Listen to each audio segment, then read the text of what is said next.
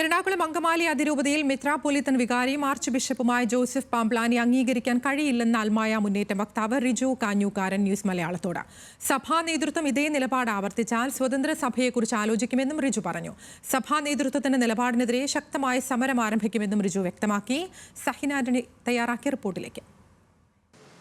ഒരിടവേളയ്ക്ക് ശേഷം വീണ്ടും അൽമായ മുന്നേറ്റം എറണാകുളം അങ്കമാലി രൂപതയിലെ പള്ളികളിൽ വലിയ സമരത്തിലേക്ക് പോകാൻ ഒരുങ്ങുകയാണ്.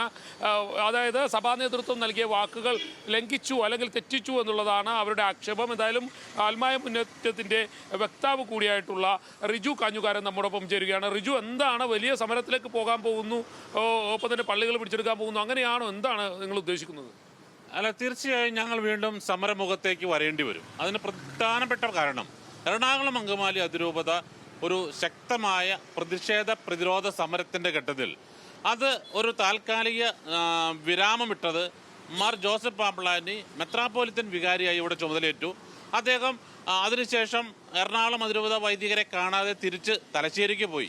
പക്ഷേ നമ്മുടെ ജില്ലാ കളക്ടർ എറണാകുളത്തിൻ്റെ ജില്ലാ കളക്ടർ അതിൽ ഇടപെടുകയും അദ്ദേഹത്തിൻ്റെ നിർദ്ദേശാനുസരണം തലശ്ശേരിക്ക് മടങ്ങിയ മാർ ജോസഫ് പാംപ്ലാനി തിരിച്ചു വന്ന് എറണാകുളം അതിരൂപത അങ്കണത്തിൽ വെച്ച് വൈദികരുമായി നടത്തിയ ചർച്ചയിൽ ഉണ്ടാക്കിയ ഒരു ധാരണയുണ്ട്.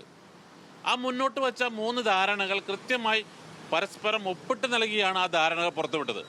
ഞങ്ങളുടെ സ്ഥാപനങ്ങൾ, ഞങ്ങളുടെ സഭാ സ്വത്തുക്കൾ അത് അധിനിവേശം നടത്താൻ ആരെയും അത് അനുവദിക്കില്ല. ഞങ്ങൾ അതിനെ പ്രതിരോധിക്കും. ഇനി സിനഡോ മെത്രാന്മാരോ എറണാകുളം അതിരൂപതയിൽ ആഭ്യന്തര കാര്യങ്ങളിൽ കൈകടത്താൻ വന്നാൽ അതിനെ ചെറുക്കുക തന്നെ ചെയ്യും. ഒരു കാരണവശാലും എറണാകുളത്ത് ഇവർക്ക് ഇനി ഒരു സേ ഉണ്ടാവില്ല. ഒരു അധികാരമോ ഇവരുടെ പോലീസിനെ ഉപയോഗിച്ച് ഒരു സഭയായി മാറാം എന്നുള്ള ഒരു തീരുമാനം തീർച്ചയായും അത് ഞങ്ങൾ നേരത്തെ പറഞ്ഞിട്ടുള്ളതാണ്. ഈ ക്രിമിനൽ കൂരിയയ്ക്കും ക്രിമിനൽ സിനഡിനും പിറകിൽ നിൽക്കുന്നതിൽ ഞങ്ങൾക്ക് ബുദ്ധിമുട്ടുണ്ട്.